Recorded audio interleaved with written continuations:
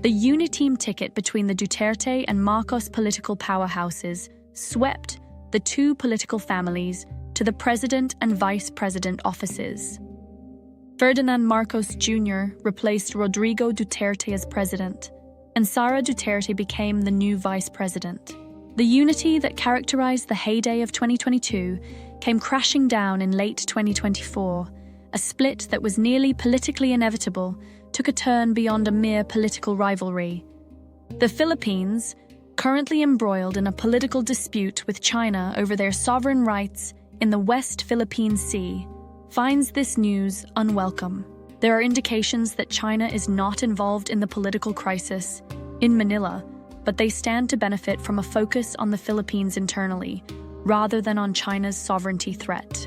Vice President Sara Duterte and her Chief of Staff, Zuleika Lopez, were under investigation by the Philippine Congress over misuse of funds. Congress held Ms. Lopez in contempt and detained her for her lack of cooperation with the subpoena. Vice President Duterte then attempted to obstruct Ms. Lopez's transfer to a women's prison and, in a bizarre online news conference, threatened to have President Marcos, his wife, and the Speaker of the House, a Marcos ally, assassinated if she, Vice President Duterte, was to die. This undoubtedly sealed the ongoing rift between the two families, permanently eliminating any possibility of reconciliation or even civil discourse between them.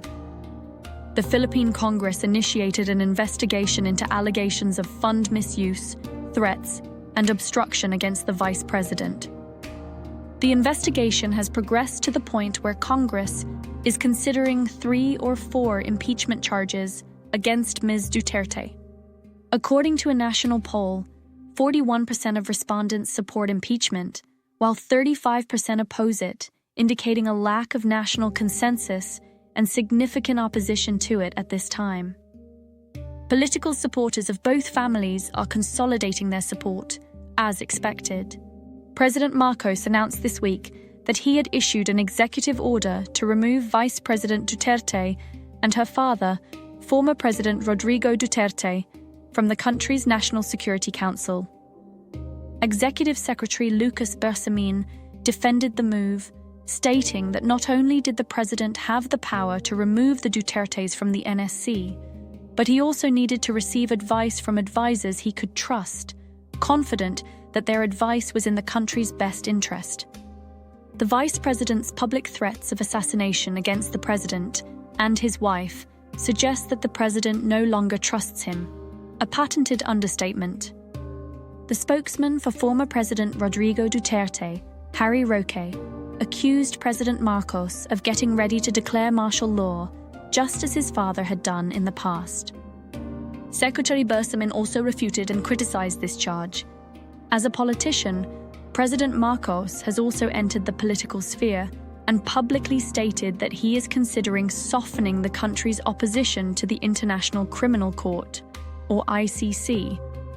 The ICC has begun a probe of the former president, Duterte, over accusations that his drug war led to extrajudicial executions of drug offenders. A self-proclaimed hitman for President Duterte's Davao death squad, now a fugitive, reinforced this by claiming to have killed more than 50 people for the former president. The Philippine National Police declared their willingness to assist Interpol in the event of an arrest warrant for Duterte, despite the country's opposition to the ICC. A statement of this significance from the National Police would not have happened without the knowledge of President Marcos. The former president has been obstructive to President Marcos. Mr. Duterte regularly calls President Marcos a drug addict and says that he wants to end constitutional limits on his power. Earlier this year, Mr. Duterte called for the secession of Mindanao from the Philippines after he accused Mr. Marcos of creating a signature campaign to change the constitution. Supporters of Mr. Duterte have also called for a military coup to remove Mr. Marcos from office. This accusation compelled General Romeo Brawner Jr., the head of the Philippine Armed Forces, to unite with the Philippine National Police in opposition to the coup notion. The public position of the two organizations was to address political issues through the ballot box, not the military. The feud between the two clearly supports that keeping the Dutertes on the NSC would be a disruptive force and would allow the Dutertes an inroad to high-level government discussions. After a call for coup and assassinations against President Marcos, it is no wonder that he can view any advice or influence they could provide in the NSC as highly suspect. Both parties would likely keep their conversations confidential to avoid using them for political purposes against each other. Both the US and Japan have remained focused on the external threats to the Philippines, with the Japanese foreign minister set to meet with President Marcos in Manila in January. As a staunch supporter of the first Marcos administration, the US should refrain from intervening in the domestic political turmoil to avoid appearing to control the discourse.